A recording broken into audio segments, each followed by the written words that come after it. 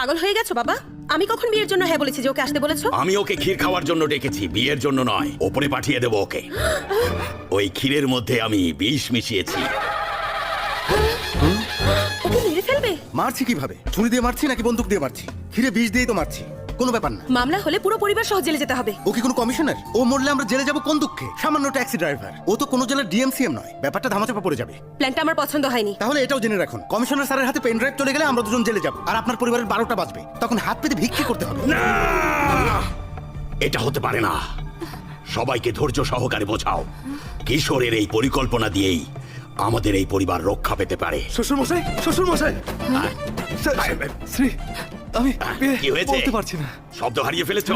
চেষ্টা করো, পেয়ে যাবে। এতদিন তো শ্রীদেবীকে দেখার পর ট্যাও ট্যাও ট্যাও ট্যাও ট্যাও, এখন তো পুরো পরিবার দেখার পর ট্যাও ট্যাও ট্যাও ট্যাও ট্যাও ট্যাও ট্যাও ট্যাও ট্যাও হয়েছে হয়েছে হয়েছে, চলো চলো, ক্ষীরটা অপেক্ষা করছি। না শ্বশুর মশাই, আমার পেট ভরা। এই প্ল্যান ভেস্তে যাবে।